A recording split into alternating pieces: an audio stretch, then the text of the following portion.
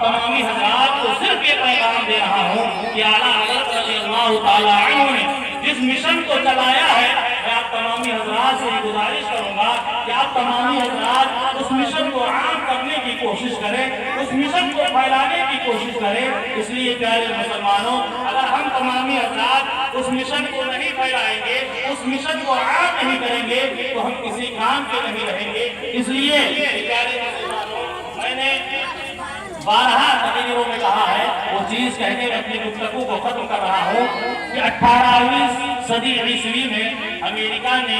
ایک جاسوس بھیجا تھا، چیزیں ختم ہوتی ہوئی نظر آئیں گی۔ پیارے مسلمانوں، وہ جاسوس ہندوستان میں آیا اور اس نے مختلف جگہوں کا سروے کیا، دورہ کیا، اس نے اپنی ڈائری تیار کی۔ پیارے مسلمانوں، اس نے ڈائری تیار کی تو سب سے پہلے اس نے یہ لکھا کہ اگر مسلمانوں کو تباہ و برباد کرنا ہو تو ان کے دلوں سے نبی کی محبت کو نکال دو، مسلمان خود بخود تباہ و برباد ہوتے ہوئے نظر آئیں گے۔ اور پیارے مسلمانوں، اعلیٰ حضرت رضی اللہ تعالیٰ عنہ کا کیا مشن تھا،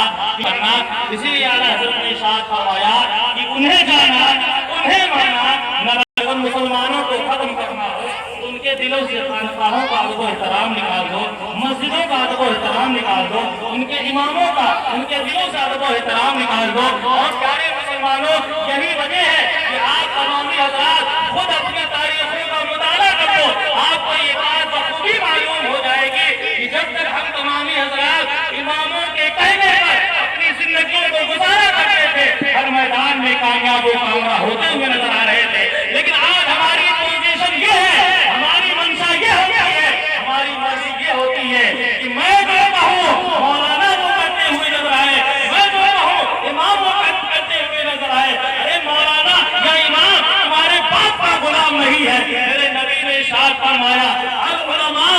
ورثۃ الانبیاء، علماء کرام جو ہیں وہ انبیاء کے وارث ہیں۔ اور پیارے مسلمانوں، اگر آپ تمامی حضرات ان سے غلط طریقے سے پیش آئیں گے تو پیارے مسلمانوں آپ دنیا میں بھی تباہ و برباد رہیں گے اور میدان محشر میں اس چیز کی سزا آپ کو ملتی ہوئی نظر آئے گی۔ اعلیٰ حضرت رضی اللہ تعالیٰ عنہ کی بات آئی، میں بتاؤں کہ اعلیٰ حضرت رضی اللہ تعالیٰ عنہ کی بارگاہ میں ایک فتویٰ آیا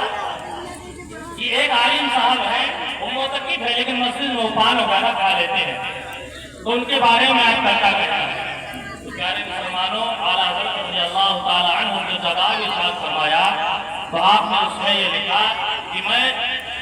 سب سے پہلے عوام کو یہ تنبیہ کرتا ہوں کہ عالم کی تحقیر نہ کریں۔ پھر آپ نے آگے لکھا کہ علماء سے میں یہ گزارش کروں گا کہ عوام کے سامنے کوئی بھی ایسا کام نہ کرتے ہوئے نظر آئے جس سے عوام الجھن کا شکار بنتی ہوئی نظر آئے، یعنی ایسا کوئی کام کریں جس سے عوام کے ذہن میں یہ سوال پیدا ہو کہ آخر میں عالم نے ایسا کیوں کیا۔ لیکن پیارے مسلمانوں، آج ہمارا اور آپ کا مزاج یہ ہے کہ ہمارے بغل میں ہمارا پڑوسی بھوکا سویا رہے، ہم کو کوئی فرق نہیں پڑتا ہے، لیکن امام صاحب 2 بجے کہاں تھے،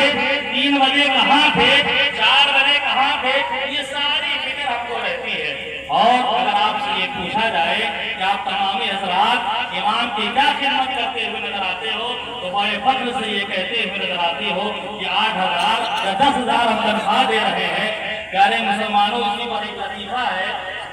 کہ کسی صدر نے امام صاحب سے کہا کہ آپ دعا کرتے ہیں کہ میرے بیٹے کی نوکری لگ جائے۔ امام صاحب نے نماز کے بعد یہ دعا کی کہ اللہ تبارک و تعالیٰ جتنی تنخواہ میری ہے صدر صاحب کے بیٹے کی نوکری لگ جائے، اس کی بھی اتنی تنخواہ رہے۔ سارے مسلمانوں، ہنسنے کا مقام نہیں ہے، افسوس کرنے کا مقام ہے کہ جو قومیں اپنے رہنماؤں کی، اپنے آقاؤں کی، اپنے سرداروں کی عظمت نہیں کیا کرتی ہے، ان کی تعظیم و توقیر نہیں کیا کرتی ہے، وہ قومیں اسی طریقے سے ذلیل و خوار ہوتی ہوئی نظر آتی ہیں، رسوا ہوتی ہوئی نظر آتی ہیں۔ آپ کیا سمجھتے ہیں کہ مولانا یہ بیچارے جو طلباء کرام بیٹھے ہوئے ہیں، 8-10 سال انہوں نے مدرسے میں زندگی کو گزارا اور اس کے بعد یہ پڑھتے ہی چلے آئے ہیں؟ پیارے مسلمانوں، ایسا نہیں ہے۔ اگر آپ اپنی پوری زندگی کو شمار کر لیں اور ان کی صرف ایک دن کی